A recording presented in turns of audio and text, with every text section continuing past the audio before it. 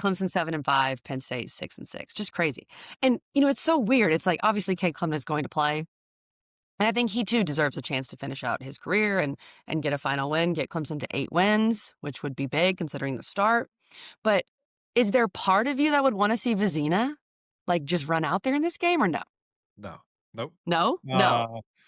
I love Vizina. I love him. I think he's a great player. I think he's a great man. But yes, it's Cade's rodeo. That's fair. And he's earned He's this. earned He's it. earned the Pinstripe Bowl. Take He's earned that it. and have that last game and put a nice little cherry on top. And listen, I have been super critical, obviously, of Clemson all year, and deservedly so. I mean, this is a team that just didn't do anything You have close not to held back. what they were supposed to, and same thing with the quarterback position. But at the end of the day, he has been a great representative of Clemson University. He has done Agreed. what you've asked. Never has gotten in trouble. Never in the spotlight for anything bad. Has been a good player. I mean, you statistically look and 2 see. league titles. Yeah, I mean what he's done. I mean, it's just there's a different air. There's a different level of expectation when you're the quarterback for Clemson. That's hard to live up to. We haven't seen guys do it since Trevor left, to the level that Clemson expects. And so, just one more shot of him. And again, what a big game this is. It's a massive game. Two brands. I mean, the head of the bowl came out and said, this is the best game we've ever had. These are the two best brands we've ever had You in this think? game. And Dabo Swinney's excited about it. Like, he's elated to be going to New York City on Christmas to play this game. And, he loves it. He loves ball. He Yay. loves weird things. I think he likes the Yankees. So that he's all in. He's all in for that. And it's going to be weird. It's going to be an interesting game. From a talent perspective, I mean, you look at two of the most talented teams in college football that just couldn't do it this year, just for whatever weird reason. You look at LSU, you look at Penn State, you look at Clemson, Mm, two teams that fell flat on their face, or three teams, excuse me, that fell flat on their face, two of them playing each other. And the fact that Clemson played both of those teams, three teams that we thought were going to be national champions, it's so bizarre. So, a nice opportunity for Clemson to finish 8-5. I mean, you're talking about the worst season we thought at one point that Dabo's ever had, and he's going to finish 8-5. That's it's possibly. crazy to think about. But one thing that I do not want to get lost in that is there's a lot of work to be done. Like there's a lot of change, there's a lot of adjustments, and who knows what we see. I mean, I kind of thought we would see some of that by now, but this relatively meaningless bowl game has taken precedence of a lot of that, and so January 1, what does Clemson look like is going to be really interesting to see. There's also just from going back to the field real quick. I don't know who's going to play in this game from a defensive perspective. I don't Right. expect any of those draft picks. And it is so funny, KG. I think back to that Orange Bowl a couple of years ago where Clemson had their first ever opt out. And we were just like, oh my gosh, this was never going to happen to Clemson. Like, what is going on? This is crazy. To now a game where I don't want those guys to play. I don't Mhm. want them to hurt their draft stock and get injured, risk injury. Thank you for everything you've done. Go be first round picks. Go. That's the next step. You want to take the trip? Great. We'll pay your way, have you on the sidelines, see the guys, go to New York. That'd be great. I do not want you to play in this game. I don't. And that's such a weird mind shift from where I was back in 2016 when this first happened in college athletics and Leonard Fournette and Christian McCaffrey Yep. opt out of their games to where I was mentally, fresh off of playing. So it's a weird world. Again, I don't expect any of those guys to play. I don't think Antonio Williams plays. Who knows? Who knows what this looks like? And then who knows what's next for Clemson? Well, and yeah, you're right. I mean, so much has changed. So now we're like, oh, we get it. Don't even bother. I mean, we have whole teams opting out of bowl I games. know, I know. It's crazy. We have Crazy. the program that they think they invented football opting out Yeah. of bowl season. So it's just a whole different world. But yeah, you mentioned Dabo Swinney's all in, but there's a lot of players not playing. Will Held at this point is presumably the only D-line starter who will play. Awesome. And he is confirmed coming back to Clemson Oh, he for next. is. Oh, good. That's I've breaking news to seen me. that reported by our dear friend Larry Williams over at TigerIllustrated. Shout So out that's Larry. big. That's Um, huge. from a Penn State perspective, Mac, they have some big opt-outs. Zane Durant, he's opting out. Zakee Wheatley, he's opting out. So it's just, you're going to see a lot of young guys with opportunities. Of course, Drew Aller's hurt. So You've got Grunkemeyer in there. And, Penn State had one of the weirdest seasons ever, Mac. Like, you think Clemson had a weird season. Oh, I know. Penn State, James Franklin gets fired, of course. They win their first 3. They lose to UCLA, they get fired. They lose, to Oregon, then UCLA. They lose 6 in a row. Then they win their last 3 to get to a bowl game. They beat Michigan State, Nebraska, Rutgers, so not exactly great, but they also played Indiana really close. Right. Should have won. Almost beat Indiana. Yeah. So this is we think Clemson's season is weird. I think Penn State had arguably the weirdest season of all time. 100%. And, from an ACC perspective, they have my guy, Trevor Pena. God, so mad he left Syracuse. He's their leading receiver. And then Katron Allen is a freakazoid. I mean, he has 567 yards over the last 3 games, Mac, running the football. So when you look at all these D-line guys that are opting out, plus some of the secondary guys too for Clemson, if I'm Penn State, I'm just saying, Katron Allen and also some Singleton too, right? Here's the ball. That's all we're doing. Make Clemson stop the run because no one's been able to stop Katron Allen. No, that's what I would do if I was them. I would test all of that. Wade Woodaz is going to be out. He had surgery. I saw him in a sling in an interview or whatever. So it's going to be a lot of fresh faces. Now, I'm not saying that those guys aren't ready and will, step up and play well. Sammy Brown's still out there. He's pretty good. But yeah, that would be the recipe that I try to explore for sure. And, Clemson obviously knows that. Will be interesting to see, do they go bigger packages? Do we see them in a bare front with a bunch of D linemen? You ain't got a lot, so I don't know. You don't want to get them tired. But do you try to get creative, with how you present that, things that you want to show, and just, a decent snapshot. Like you said, there's going to be a lot of younger guys that maybe haven't had quite the opportunity all season, that get out there. And again, I think that Adam Randall will play. I don't know why he wouldn't. But I want to see Gideon Davidson get a nice shake, get more of the offense. What does that look like? What does the offense look like? There's a lot of question marks, I think. And with no Antonio Williams, because he's such a secure, assuming he won't play, he shouldn't. Let's pick this game back, and then we got to run through the rest of these bowls too. You taking Clemson? Yeah, of course. Listen, I'm never. I think I am too. Picking them, but I think I think they're the better team. I think that's obvious. It's just going to be about execution. Who has more guys ready to play and wants to kind of get going. But it's going to be interesting. What's the line? 4.5? Yeah, give me the Tigers. I remember. I think it was after the Duke loss. You said we're looking at possibly 8-win Clemson, and I was like, wait, what? I had to go look at the schedule, and now we're possibly looking at that. Here we are. It's all a part of Code Blue. Code Blue never dies. It's all a part of it. Did you know that Ingles sells more organics than any other store? Or that they run their own dairy? Or that they only serve USDA choice and prime meat? Did you know that they have more local craft beer than any place else? Or that they have Energy Smart stores? Or that they professionally slice and package imported cheese from Europe? Did you know about their giant international aisle, local farm partnerships, curbside pickup, wine department? Or that they donate 3,956 meals a day to local food banks? Well, now you do. It's all in the bag. Ingles, low prices, love the savings. Here we go. Larry Williams, great to see you, brother. Good to see y'all. Interesting season for the Clemson Tigers. This is not a season under review type of episode. That will be coming, and we would love to have you for that if you would join us later in the year, in the new year, in 2026. But there's a lot of kind of chaos happening at Clemson right now, and everywhere I go, every show I go on, everyone just asks me what's wrong. I don't know if I'll necessarily present that to you today, but I do think it's a fascinating time, for Clemson. I think it is a crossroads as to what happens next. And we're sitting here, we're recording this on December 18th. I thought there would be some changes before now. Kind of after the South Carolina game, I thought some things would shake and move and happen. And that really hasn't. Now, we've seen analysts get hired as head coaches and other analysts go with him. But there hasn't been a ton of other movement.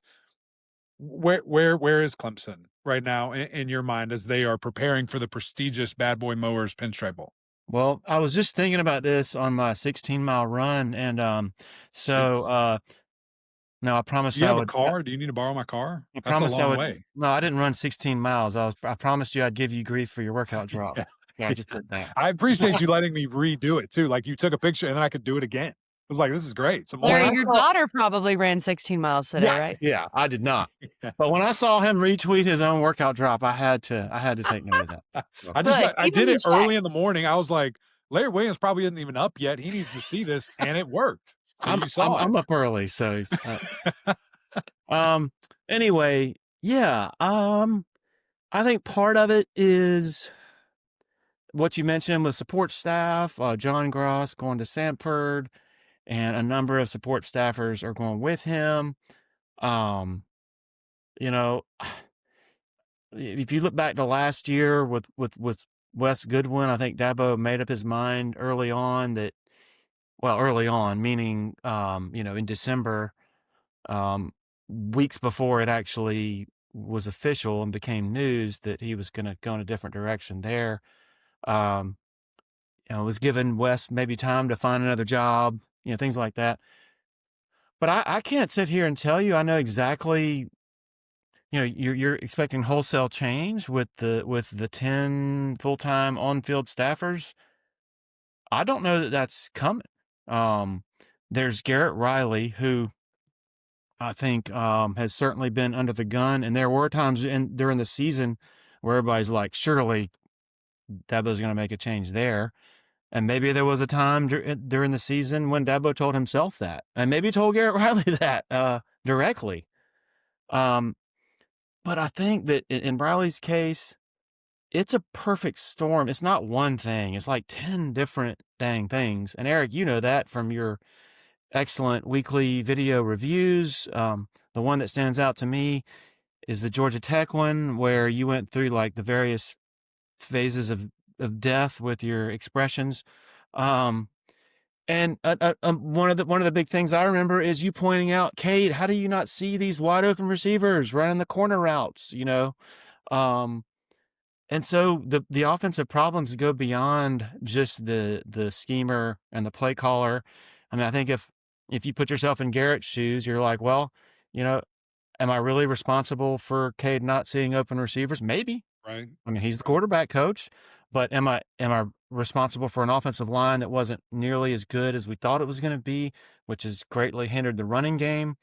Probably not. Am I responsible for a converted receiver being my starting running back? Bless Adam Randall's heart. He's done a great job, but the situation at running back is not ideal. And so, I would guess that as Dabo is evaluating Garrett and deciding whether to bring him back for a fourth year, that's probably part of what he's thinking about. I mean, Garrett has made no secret it's been no secret that Garrett has been trying to get head coaching jobs out there. He didn't make it, didn't get it at Coastal Carolina, also was involved at North Texas, didn't get that one. I'm still interested to see, could there be another OC job out there that he leaves for? I mean, it's pretty evident that he is, making attempts to leave here. That to me, based on my information, that doesn't mean Dabo is saying, hey, I'm going to give you the pink slip, so you better, better find other work. I think it's been difficult. The marriage between Dabo and Garrett has been really rocky this season. I think it's been obvious even to people watching on TV with the body language. So I think still to be determined on that. I think it's still plausible, possible, if not likely. I don't want to say likely, but I think it's possible Garrett is back for a fourth season. The defensive side, the back end, I will be surprised if there's not a change there at safety. But beyond that, I can't sit here and say that I've heard any drumbeats of substantial changes to his 10 on-field coaches. I think there's going to be some changes of the support staff. As to what changes those are, we'll see. I think you could make the case that it's a massive staff. And when you have 5 coaches in charge of one position, you wonder if there's some paralysis by analysis there with some of the breakdowns you've seen during games, forgetting that Adam Randall hasn't touched the ball in the second half against LSU, not seeing in time against Troy when the fastest player on the field gets motioned to a horrible matchup on a linebacker for Clemson. On and on and on and on. And we've heard Dabo say, yeah, that was a coaching mistake. My point is, like, you know, my question is, can a staff get so big that the law of diminishing returns starts to introduce itself? And so you start having dysfunction that makes it look like you're short-staffed instead of fully staffed or overstaffed. So I don't know. I mean, I think Dabo and Graham Neff are going to hash that out as far as what the support staff construction and purposes look like moving forward. But I don't think that's to be determined. Oh, and by the way, there's also the issue of the transfer portal and just how far they want to go into that, just how much Dabo still has his hands on the wheel as far as those decisions go. I mean, we've written that Dabo, he's authentic when he says that he thinks Christopher Vizina can be the guy, and I think he wants to roll with him next year. I don't know that there's a whole lot of others who have a whole lot of faith in that possibility, or have as much faith as Dabo does. So are they going to go get a portal quarterback? Lots and lots and lots of questions that I think are on everybody's minds, even within the football office as they get ready for this bowl game. But come 4:00 on December 27th, once that's over, everybody's focus is going to be on, okay, what's next? You know, how are they going to address this? I do think Dabo, he is authentically, positive about what 4 straight wins to close the regular season means, what the possibility of an 8th means. Was he going to blow it up, when they were 3-5? Was he closer to blowing it up then than he is now? I think that's possible. Larry, that was an excellent just run through everything of what's thank you. All the issues. That was really good. You've taken after a man you've covered, and you just kind of do our job for us. We don't have to ask so many questions. But okay, let's talk about defensively, because one guy you didn't mention, and that's fine because he doesn't seem to really be an issue right now, is Tom Allen. And will he be given more of the reins to kind of go get the players he wants? Will Clemson be using the portal heavily there? I don't even know if we really need to talk about this bowl, because I think at this point, a lot of the questions right now, even though the bowl game still is yet to happen, are about these types of things. So what is your read on the whole Tom Allen of it all? Yeah, that's and I don't want to talk about the bowl either, so thank you. Does anyone? I don't know. That's really fascinating in that I think that when Dabo hired Tom Allen, he wanted to hire a head coach of the defense. That's something that Wes Goodwin really wasn't. He was just more meek, I guess, than his predecessor, Brent Venables, and his successor, Tom Allen. And I think that goes beyond just having a voice on the field and, Tom Allen walking around with the microphone and being such a powerful presence vocally. I think that also applies to decisions in terms of personnel. And in Tom Allen's most recent press conferences, both this week and earlier this season, he's been very direct in saying, we need more speed, we need more physical aggression, relentlessness, more rangier players who can play out in space. I even asked him the question, I guess it was yesterday, Wednesday this week for his bowl press conference. I asked him, I said, how much do you think you need to address those needs in the portal? And he said the portal is absolutely something that we need to explore, and that we're going to explore. As to how much, the head coach has the final say on that. But I think we're going to certainly go into the portal, some positions more than others. I think if it were up to Tom Allen himself, I think you could see as many as 10, 12 portal additions just on the defensive side alone. They've identified, even though, of course, Clemson can't be, they don't want to tamper and all that stuff that Dabo talks about, they've been very much at work in identifying talent out there and prioritizing, okay, this is, once we get that green light, this is who we're going to go after. Will that be too late? I think that's a valid question to ask, but all the people, Tom Allen and all the people under him and in their personnel department, they've been working pretty hard on that, from what I've gathered. Yeah, and it's it's something when you're losing starter quality people. I mean, it's not just oh, let's fill it in with who's next. Oh, it's a freshman. Here we go. You got to go out and get a bridge the gap type of player, and I think there's a handful of positions that you truly need that, and quarterback might be one of them. We'll be very interested to see, and again, have a lot more information when we do kind of a bigger recap with you in about a month. But I think the point that you made about that I was very concerned about, and KG, you'll remember I brought this up, that this win streak is great. And it is impressive that this team didn't quit. And it's beating your rival is always a big deal. Beating Florida State is always a huge deal. Winning a bowl game is always a big deal. And to have those things and that momentum to sprint into an offseason matters. And that's certainly something that I think is maybe a little undervalued from a national point. But I said, with a big but and an asterisk, I don't want everything else to get lost. And I don't want it to think that we fixed it. Look what we did. We figured it out, because you didn't. You didn't figure it out.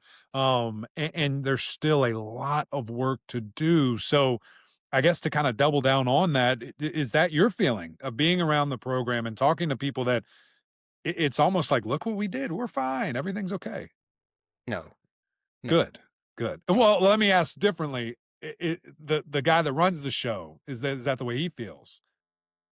I think that what he says publicly about, hey, that 8 wins would be a hell of an achievement, and the importance of the 4 wins, I think that does reflect his.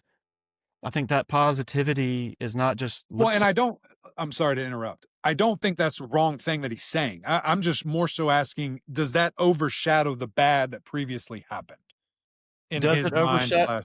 Does it overshadow the bad to the extent that Dabo is less interested in making wholesale changes than he was, than he might have been when they were 3-5? Yeah. I think it does. It should be interesting. And I don't even know if it is the wholesale change, but just the mindset, Eric, of things have to change. If you go look at what Tom Allen said yesterday in response to, I believe it was in response to my question, you see him saying, and he's talking about the defensive side of the ball, but I think it could apply across the board, they've lost their edge. Mm-hmm. The program needs an edge, and that's what he is saying. He needs players who have that edge, who have that just relentless passion. And I asked him, I said, is that something that you as you go back and you recall when you sort of recognize that y'all were deficient in that area, the intangibles to go with the tangibles, the speed and all that, is that something that you picked up there in the off season, or is that something that you can only learn during a season when you just have different types of pressure, different types of adversity? He said it's something you can only pick up during the season. And so I thought that was really insightful and instructive in speaking truth to where this program is and where it needs to go. I mean, they've 8 wins. Okay, great. Celebrate that, whatever. But this was supposed to be right. This was supposed to be the year. Okay. And then you're losing a lot of the players who across the board who were supposed to put you in national championship contention. So they got to either get a lot better at high school recruiting, a lot better at portal acquisitions, or preferably better at both, or there's going to be some tough questions, long term that they're going to have to ask themselves, that they're going to have to ask of the head coach. Sure. Yeah, I hear you on that, Larry. Last one, because Mac's got to get to College Station, and we want to keep the people wanting more, because we're going to do a full, what had happened was in January and February when we talk about this. But from a bowl game perspective, with this Pinstripe Bowl, been reading some of your great stuff on Tiger Illustrated. Give us maybe a few names that we might actually get to see some of in this game that might matter. A Juju Preston, for example. Give us just a few names to watch there, Larry. Yeah, Juju Preston's name has come up for sure. I think on the defensive line, Ari Watford, Darian Mayo, defensive end. Linebacker-wise, I think you're going to see Jeremiah Alexander with an expanded role. he was mainly the Sam, against the heavy sets. He would come in at the Sam spot, but I think you're going to see him probably a good bit more. Well, who else did he mention? Noah Dixon on the back end, safety. Joe Wilkinson, maybe? I don't know. We'll see. But it's a skeleton crew for sure. I mean, I think you could a defensive tackle. Stefan Green has been limited, so you subtract DeMonte Capehart, Peter Woods, Stefan Green. That leaves, let's see, Vic Burley, Heaven Brown Schuler, and Champ Thompson. Like, that's slim pickings. Although I haven't studied Penn State enough to know. I mean, they've had opt-outs too. I don't know if they've been hit with injuries as Start stretching, Mac. hard as Clemson has. But yeah, we'll get to see, I guess, an early preview in some cases, or in a lot of cases. Yeah, it'll be interesting. Larry, this was super fun. A little depressing, but fun, I guess. Sorry, Talking with you. Great to see you. And again, I'm excited to do this again in about a month or so, where maybe we have some answers, maybe we don't, maybe we have more questions because we didn't get answers. We will see. But great to see you, man. Keep up the great work. You do such a good job. It's fun to follow. Thank y'all. Y'all really, really appreciate y'all's work as well. Rollback just dropped their licensed game day collection.